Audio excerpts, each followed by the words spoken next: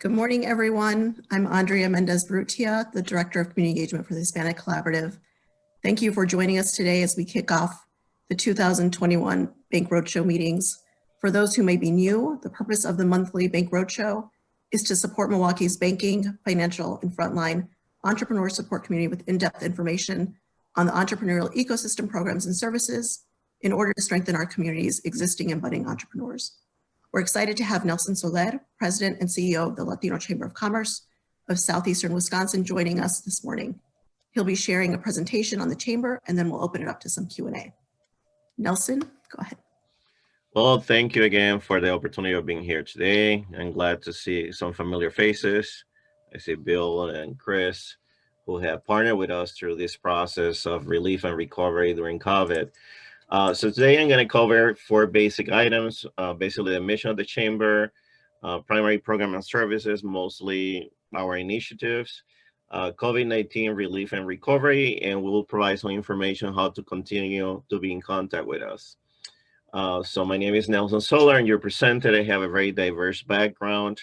I have a master's in business administration, a master's of science in international business. I'm a enrolled agent with the IRS, a realtor in the state, and an economic development financial specialist. I keep up with all my designations, believe it or not. And I also just recently joined the PhD program at Cardinal Stretch University, going on course 4, my second term. I'm the president and the CEO of the Chamber, which I do as a part-time volunteer role. I also run my own business called the Multicultural Entrepreneurial Institute, and I'm the founder of the Latino Entrepreneurial Network of Wisconsin, which you will hear sometimes in the presentation as we work in partnership. The mission of the Chamber is to foster economic development of Wisconsin by advocating, strengthening, promoting the growth and development of Latino and other minority emerging enterprise, with the goals of providing increased access to capital, business opportunities, job creation, and capacity building programs. Our vision is to become a CDFI, serving Southeastern Wisconsin with a focus on Latino minority business. We hope to be the first Latino-led CDFI in Wisconsin, serving Milwaukee, Racine, Kenosha, Waukesha, Osaki, Washington, and Walworth counties. A little bit about the Chamber history. So the Chamber history started in 2017. It was a joint effort with a founding board. So the founding board members are no longer with us. That included a wide variety of individuals from different realms of service. And we took a year to plan the Chamber. And what we did, contrary to other organizations, is before we launched the organization, we held 6 focus groups with entrepreneurs to find out what their needs were. And based on their needs, then we designed the organization.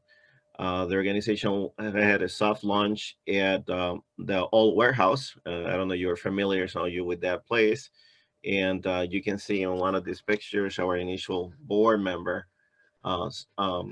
slot. We had about 42 people attending that event. This picture is from our last year meeting when we articulated many of the things we're sharing with you today. And 2 of our founding members is Andres Gonzalez from Freighter and Lupe from Umos. At the bottom, you see one of our biggest accomplishments. We held the first Latino Economic Summit in the state that led to enhancing many of our initiatives in 2019. And we have a standing partnership, and one of our allies in the Chamber is also the Mexican consulate, and we lead one of the financial literacy initiatives. The Chamber started with 22 members, and currently we have 117. We took a halt on membership last year because of COVID. We decided not to pursue that because it was sensitive, but we were lucky enough that many of our corporate partnerships did pay their membership and advanced it. So they paid through this year. So we have a 4-pronged initiative. Our first area that came out through those focus groups was workforce development. So we form 4 consortiums of business. We have a manufacturing, services, food and beverage, and construction consortium. We held focus groups in 2019 with them. Along with MATC, and we assessed what their training needs were for the workforce. So MATC suggested that we work in a consortium format rather than individual, because many of the members that needed the services were small business, and by themselves they could not tap to all the training programs. So we picked construction as the most urgent sector with needs, and we had conducted 3 training sessions. Here you see a picture of our blueprint reading class. So their employees of the entrepreneurs went through blueprint reading um, and drawing. They took blueprint reading and drawing class. They took an OSHA and CPR class and a computer literacy class with us. We averaged 16 individuals per class. 2 of our programs were halted last year because of COVID, and we tried to revive them with CPR through Zoom, but it didn't work out for our group. We had discovered, as many of you, that contrary to us who are in the professional sector, many of the entrepreneurs are unfamiliar and had different levels of literacy with computer conferencing. So we had to be very creative how we deliver training. And the second initiative, as I articulated, we want to be a CDFI. So to be a CDFI is a long road, is a process that takes roughly most organizations 5 years. We're hoping to do it in 3. And one of the things we had to do is show that we had the capacity to lend. Thanks, and that's one of the things that the pandemic helped us in fundraising. We were able to implement our micro lending program last year. Um, as we launched this program, what we did in 2018 was do a big fundraiser, because many of these lending programs require that the organization has a contribution. So we fundraised, getting $10 here, $10 there from grassroots entrepreneurs, $26,000 that are free, that are uncommitted, not attached to any government program. And that was how we kick off our program. This past year in May last year, the Greater Milwaukee Foundation provided us $100,000 to seed the program. So in addition to the 26, we get the $100,000 plus $50,000 to provide technical assistance. And that's what we call, and you'll see in a minute, Más Fuertes. Actually, as you can see here, the Más Fuertes program, which is a joint effort. It's not only the chamber, but it's also the Latino Entrepreneur Network, the MUN Chamber, and CIBC. So what we did was, in the lending portion of it, we creating a spectrum of lending services for businesses. So CIBC can lend to businesses that are, including IT holders, up to $100,000 with minimal underwriting criteria. They have to take one of our classes, so they have to participate in the business accelerator program that Lane has, or in a business planning class that I have in my business. We are both certified to teach on their behalf. And what happened is the participant does not have to present a business plan if they complete the course. So they face a streamlined process of 2 pages to access these funds. So it's a very nimble program. We have been able to help 18 businesses to the program. And the largest amount that a business received was $100,000. So it's really a good program for those who can meet that underwriting criteria. It's very flexible, but it doesn't meet the needs for everybody. So that's why we felt compelled to implement our micro lending and micro grant program during COVID. That is the one that we initiated with the Greater Milwaukee Foundation, that allows a business to tap up to $3,000 per business.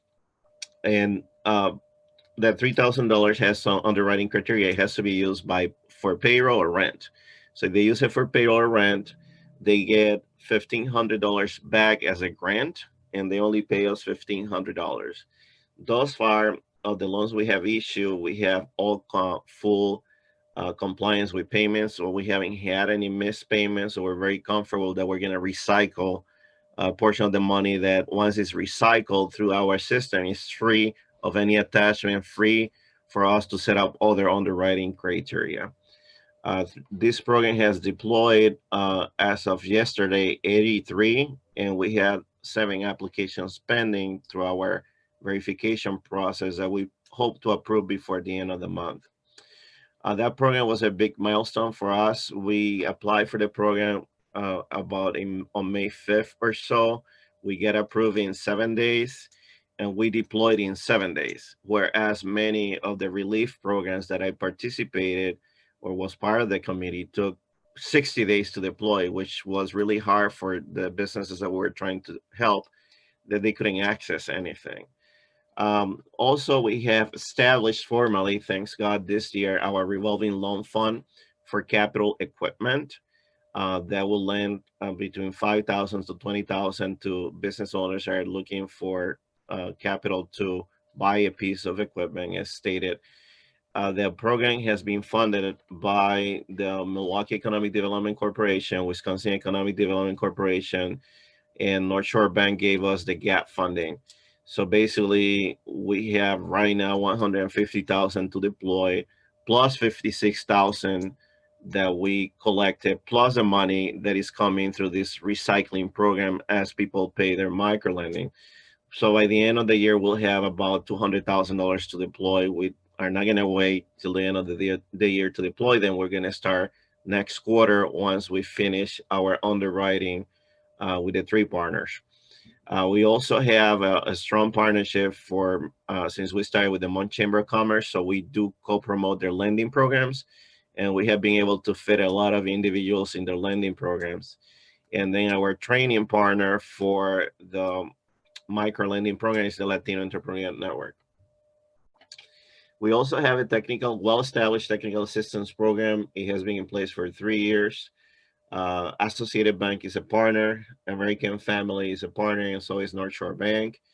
It focuses in cash flow management technical assistance. We have been targeting businesses between 500,000 and 1 million, and we have service in our region 67 business through that training program. So the training program is conducted by a VP of lending at North Shore.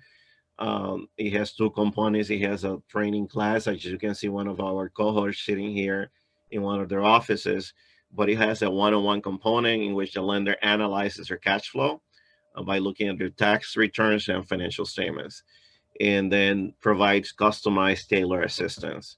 We also have our Más Fuerte Business Recovery Program. We ran last year 17 Zoom seminars that are available on demand.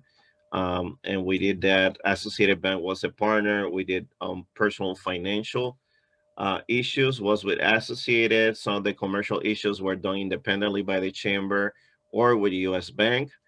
And that program also provides one-on-one coaching, so people can call. We created a hotline, emergency hotline in March last year that had handled over 600 calls.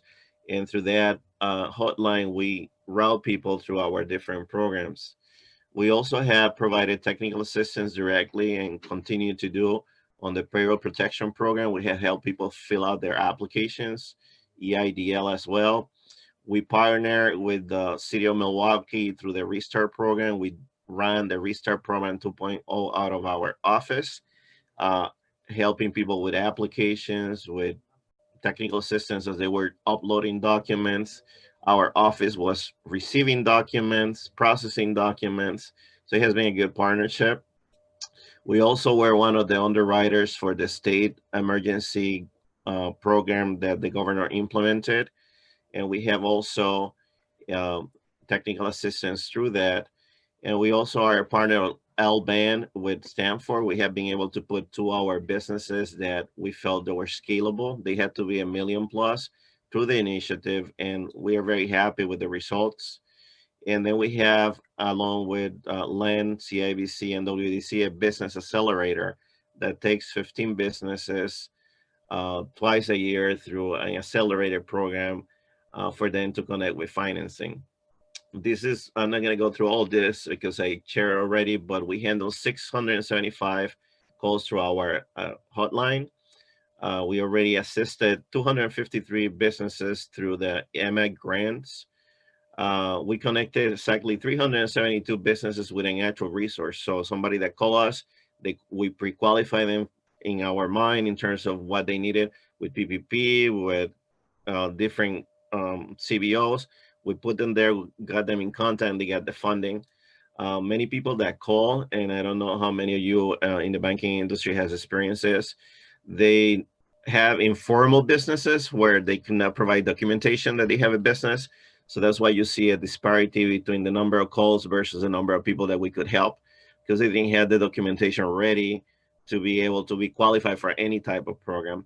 So those people are the ones that we're still servicing through Más Fuertes, doing one-on-one technical assistance so they can get qualified for other things. We also were fortunate to get funding from the Greater Milwaukee Foundation, who has been outstanding to us during this season, to fund an air quality equipment program with childcare providers. So we help 36 childcare providers to get air purifiers for their childcare centers to mitigate or reduce the potential spread of COVID. And here's a picture of when the purifiers came in and one of the childcare providers.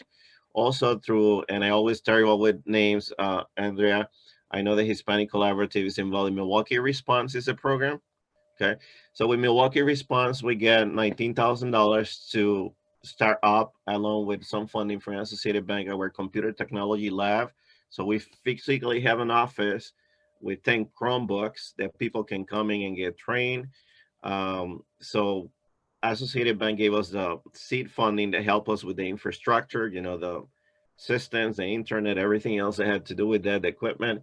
And now with this Milwaukee Response, we can fund and underwrite the training and the supplies. So we expect to kick off that program at the end of the month. This is a summary of our COVID, and tell me on time, I don't know how I'm doing on time. This is our COVID response summary. We reached 80,000 people through social media. We run more than 20 virtual seminars. We average 120 calls a week. We help over 500 businesses to secure loan grants, some type of grants or assistance. Here, I also include other assistance because businesses were calling us, for instance, just to get masks. And thanks to the 16th Street Clinic and Chris, we get 500 masks that we could distribute for businesses. Others were calling us for how do I get connected? What kind of platform should I use for teleconference? How do I get my my employees connected remotely, that kind of thing. Here's a picture of some of the businesses, a very small sample of the people that we help. 24 people that were funded or helped were in professional services, 32 in personal services. That's personal services, we're talking about manicurists, hair salons, etc. 26 in hospitals and hospitality, and 18 were contractors. Contractors did not get heavily affected by COVID. They kept working because most of their work is outside. The last initiative that we have is Advocacy, and we did that through our first Latino Economic Summit. We have very good national and local speakers. We get a lot of reception from the industry, and we devised there our next stage of health for businesses. We also get a seat in a committee created by City Ordinance to redesign the Small Business Development Program. We were intimately involved with WDC to ensure that all the information that was coming out of the state was in Spanish and was inclusive of IT holders. That was a big fight and a big win. And we also did the same with the city. We're part of the U.S. Hispanic Chamber of Commerce Network, and we did a lot of advocacy at the national level, supporting some of their initiatives. I am one of the founders of the Ethnically Diverse Chamber Coalition, and now they call it Business and Chamber Coalition because we have organizations that are not chambers. Also, we have a LULAC chapter. We have partnered with the LGBTQ Chamber of Commerce, and we have an articulated agreement with the Wisconsin Veterans Chamber of Commerce to help Hispanic veterans. We did a big initiative during the Hispanic Heritage Month. We profiled 20 businesses. Those businesses are that got 1.2K exposures. That's 1,200 was our average reach. We also held an empowerment series in which we showcase entrepreneurs, professionals in the government sector, professionals in the public sector, and professionals in the corporate sector. And that also was very well received, and we got a great reception on that. During that space, we also did 4 financial empowerment seminars with Associated Bank, reaching about 900,000. I'm sorry, 900 people average per seminar. So that's a little bit about the chamber. This is a way to reach the chamber, and that number is also our hotline. We have a website that contains many resources and shows all these initiatives and showcase our partners. I want to personally thank two of our partners. One on the call, Bill, who was very helpful and instrumental in ensuring that we deploy that computer literacy and financial literacy series, and Chris from the 16th Street Clinic Health System, who has been an advocate and help us on the side of disseminating information in Spanish and helping the community and our businesses. So we look forward for those, especially Chris, to become a full member of the chamber. So that's all I have for you today. Thank you for paying attention to my little sharing, and I welcome any questions you might have. Thanks so much, Nelson. So please share your questions. If you're on mute, don't forget to unmute. Hey, Nelson, it's Bill, and it's been a little bit since I've really connected with you, but this is really commendable progress by the chamber over the past year in particular. I will say that as I watch social media and LinkedIn and resources that are available, both your involvement with the Hmong Chamber and this chamber, it's impressive how you're getting in front of your clients that you're serving. You're providing translative services. These are things that really, I think, are needed in Wisconsin, and I'm excited by this progress. I'm curious on the CDFI side, how long does your path, like what's your vision? You're in step one of moving toward your CDFI eligibility, and I don't know what it takes to become a CDFI exactly, although I know you have to have an established revolving loan fund and some track history. About how long do you think it would be before you are eligible for your CDFI designation?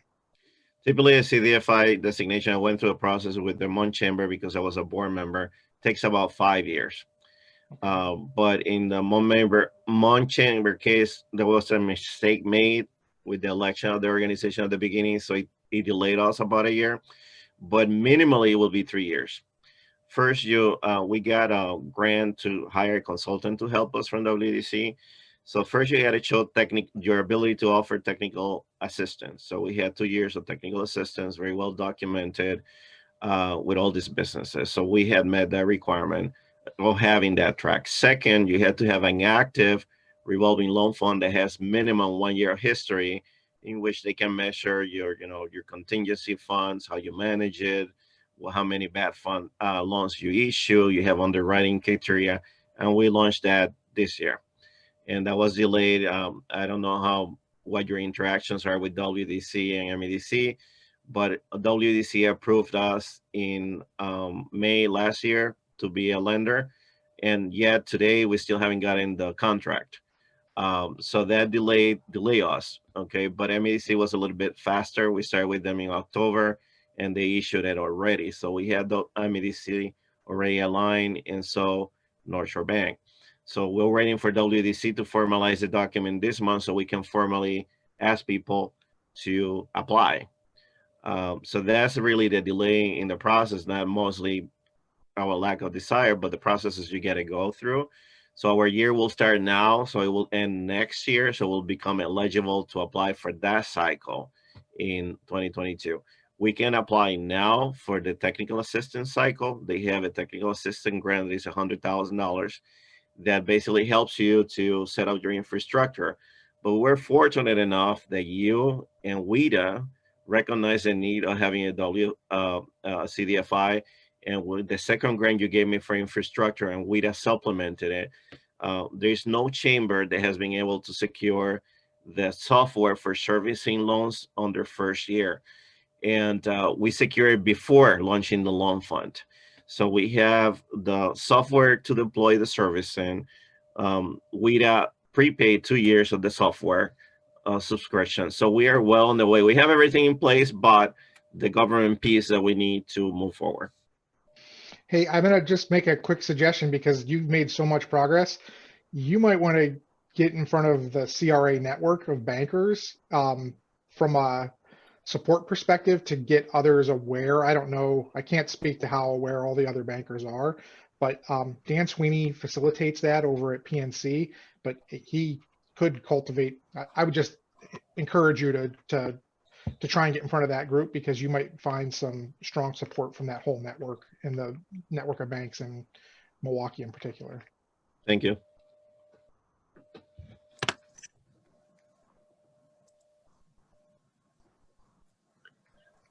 Hi, Nelson. This is an awesome presentation. It was just well done and just so exciting to hear all the efforts that you're putting together to support the community. Is the video going to be shared with us so that we can share it within our organizations? Because I know it's hard for people to kind of come on early in the morning, but I'd love to be your advocate to share all this great knowledge within my network as well. I'm definitely going to be sharing the information. It'll include the recording as well as contact information. So yes. Awesome. That's amazing. Thank you. Thank you. Nelson, I was wondering on the Más Fuertes program, the hotline as well as the microloan program, is there like a timing that you expect, or I don't know if you talked about duration? The program is funded through May 1st of this year, and the grant for the Greater Milwaukee Foundation ends on April, but since we secure alternate funding, we just received another grant from the county to continue the educational piece. So that extends a little bit of our life because then we can push forward other funds that we had to execute the project. So that extended life one more month. And, you know, as we continue deploying, and as Bill stated, I mean, we've been knocking on many doors. And, you know, like US Bank, for instance, told us no, because we need to have 2 years operating before they can support us. CIBC also is interested.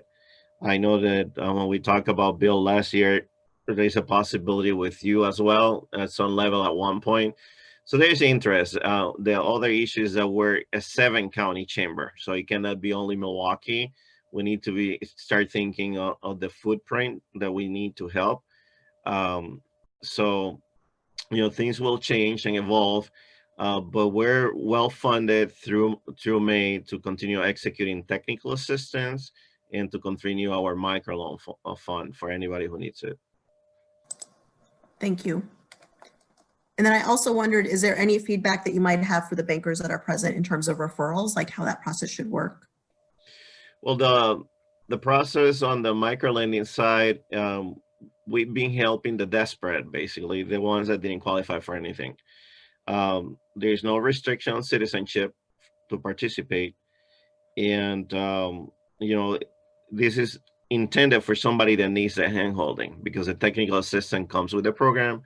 So we really call them, we're following up with them weekly, unless they tell us otherwise not to call me anymore.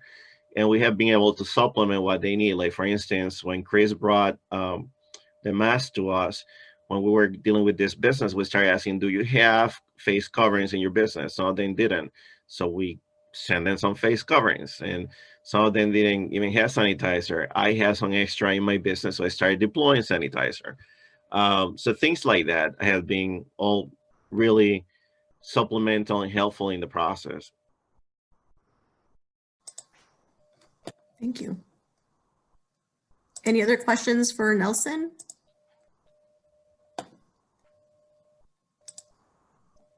Just amazing work. Thank you for what you're doing. Thank you, Chris.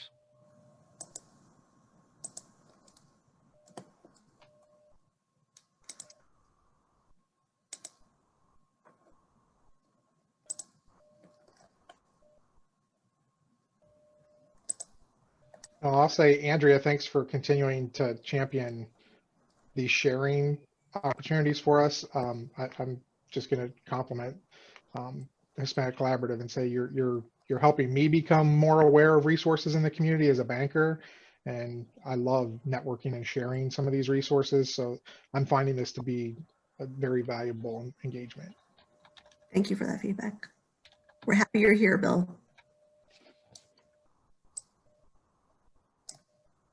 Thank you again, Nelson, for that wonderful presentation and for all you do. We hope everyone found this information helpful and that you'll share this resource with your colleagues and those who need the services. Like I said, I will be sharing the recording in a follow-up email. And please save the date for next month's Bank Roadshow on Thursday, February 18th. I hope everyone has a wonderful day, and please stay safe. Thanks so much. Thank you. Well. Bye.